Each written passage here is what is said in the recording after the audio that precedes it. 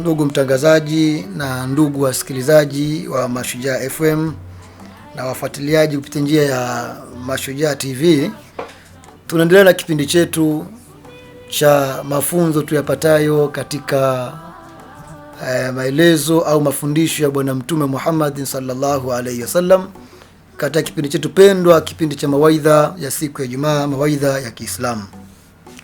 Katika kipindi kilichopita tulizungumzia hadithi yetu ya kwanza kabisa ambayo ilikuwa inaelezea kuhusu imani. Tulizungumzia kwamba dini yetu ya Kiislamu ni dini ambayo imejengwa katika daraja kuu tatu. Daraja ya kwanza ni daraja ya Uislamu ambayo imebeba nguzo kuu tano za Uislamu. Daraja la pili ni daraja la imani, na daraja la tatu ni daraja la ihsani. Katika daraja la pili ndipo tulipo katika kuelezea mada zetu mbalimbali ambazo zimekusanya hadithi kadhaa za Bwana Mtume Muhammad sallallahu alayhi wasallam. Hadithi iliyopita ikizungumzia kwamba imani ni nini. Tukaambiwa kwamba imani ni kile kitendo cha mja kuamini uwepo wa Allah, kuamini malaika, kuamini vitabu vya Allah, kuamini mitume wa Allah, kuamini uwepo wa siku ya mwisho, kadhalika na kuamini qadar, kwa maana uwezo wa Mwenyezi Mungu na mpangilio wake wa mambo katika maisha ya vile viumbe vyake ambavyo ameviumba. Katika swala zima la imani tukasema kwamba imani ni daraja la pili ambalo mtu analipata baada ya kuwa amesimama vizuri katika daraja la kwanza la Uislamu, kashikamana na nguzo tano za Uislamu. Daraja hili la Uislamu mtu anaweza akadumu maisha yake yote tangu anazaliwa mpaka anakufa. Lakini daraja la imani ni daraja ambalo mtu anaweza akaingia kisha akatoka, akaingia kisha akatoka, tutegemea na mfumo gani wa maisha ambao amejiwekea. Lakini tulizungumzia kwamba kubaki katika daraja la Uislamu peke yake tu, alafu ikawa hauna juhudi ya kuingia katika daraja la imani, halikupi uhakika wa moja kwa moja wa ufaulu wako mbele ya Mwenyezi Mungu Subhanahu wa Ta'ala. Kwa maana ya kwamba unaweza ukabakia katika Uislamu wako huo, lakini ikawa ni mmoja katika watu ambao wanaweza kwenda kuingia motoni, hata kama katika imani kwamba hawatokaa milele moja kwa moja motoni, lakini kesha ingia katika mazingira yale ya hatari. Ila yule ambaye kesha fika katika daraja la imani na akashikamana na imani yake vizuri, huyo ana uhakika wa asilimia kubwa kwamba baada ya kuondoka kwake katika ulimwengu ataondoka hali ya kuwa ameridhiwa na Allah na ana asilimia kubwa ya kwenda kuingia peponi. Sasa daraja hili la imani ni daraja ambalo linatakiwa liangalie mara kwa mara katika mfumo wa maisha ya Muislamu, kwamba ajitathmini mara kwa mara kwamba je, imani yangu ipo vizuri? Je, mfumo wangu unaoishi ni ule mfumo ambao anaridhika nao Allah Subhanahu wa Ta'ala? Kupitia katika hilo basi hadithi yetu ya pili, Bwana Mtume sallallahu alayhi wasallam akatufundisha kuhusu kuiangalia nafasi vizuri ya imani. Ni katika hadithi ambayo imepokelewa kutoka kwa Abu Huraira radhiyallahu anhu, akisema ya kwamba qala Rasulullah sallallahu alayhi wasallam jaddidu imanakum. Qil ya Rasulallah wa kayfa nujaddidu imanana? Qal akthiru min qawli la ilaha illa Allah. Rawahu al-Imamu Ahmad.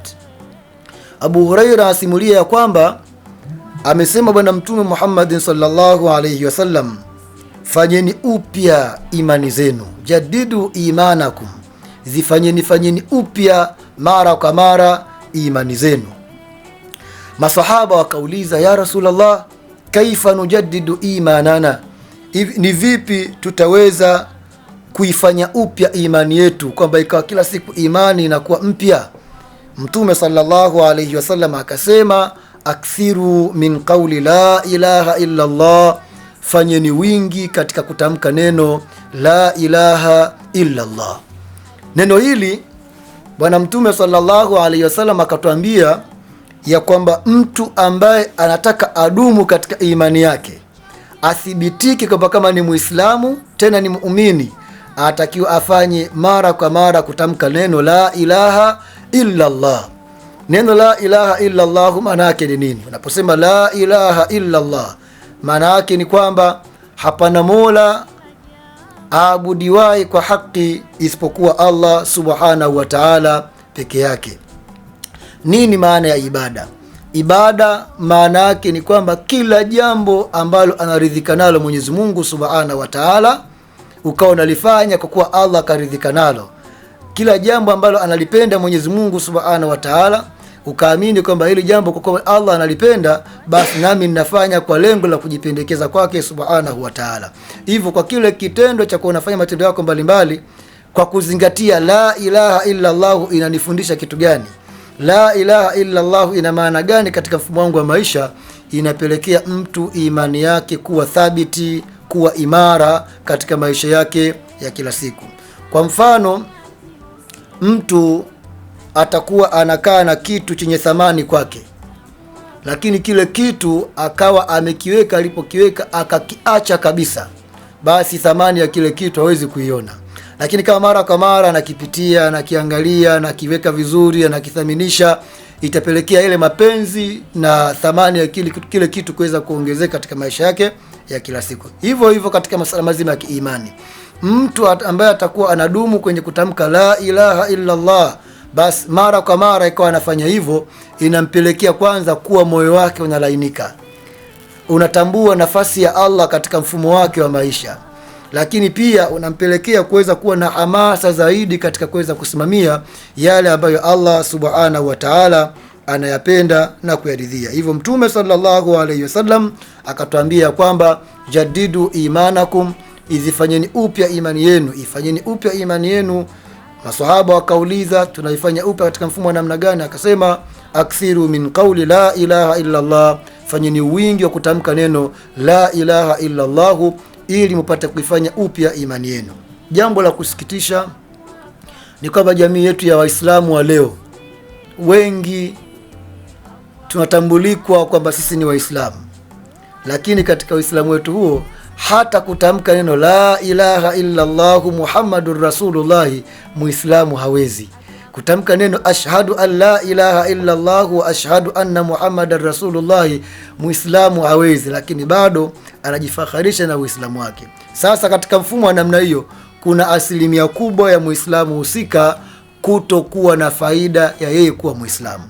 Kuna asilimia kubwa ya mtu husika kutopata daraja la imani, kwa sababu jambo la kwanza, kile ambacho kina thamani kwake hajakuwa ni mwenye ukitumia mara kwa mara katika mfumo wa maisha yake. Hili tunaita kwamba ni suguo la imani, msasa ambao unaifanya imani iweze kuwa madhubuti katika maisha ya Muislamu. Kufanya wingi wa kutamka la ilaha illa Allah ndiyo kukuza na kuithaminisha imani yako. Katika hadithi nyingine, Mtume sallallahu alayhi wasallam akaja kuthibitisha au kutoa hamasisho na utamkaji wa neno hili kwamba lina faida katika mfumo wa namna gani. Mtume akasema, man mata wa huwa yu'minu billahi wal yawmil akhir qila lahu dukhul min ayi abwabil jannati thamania shi'ta.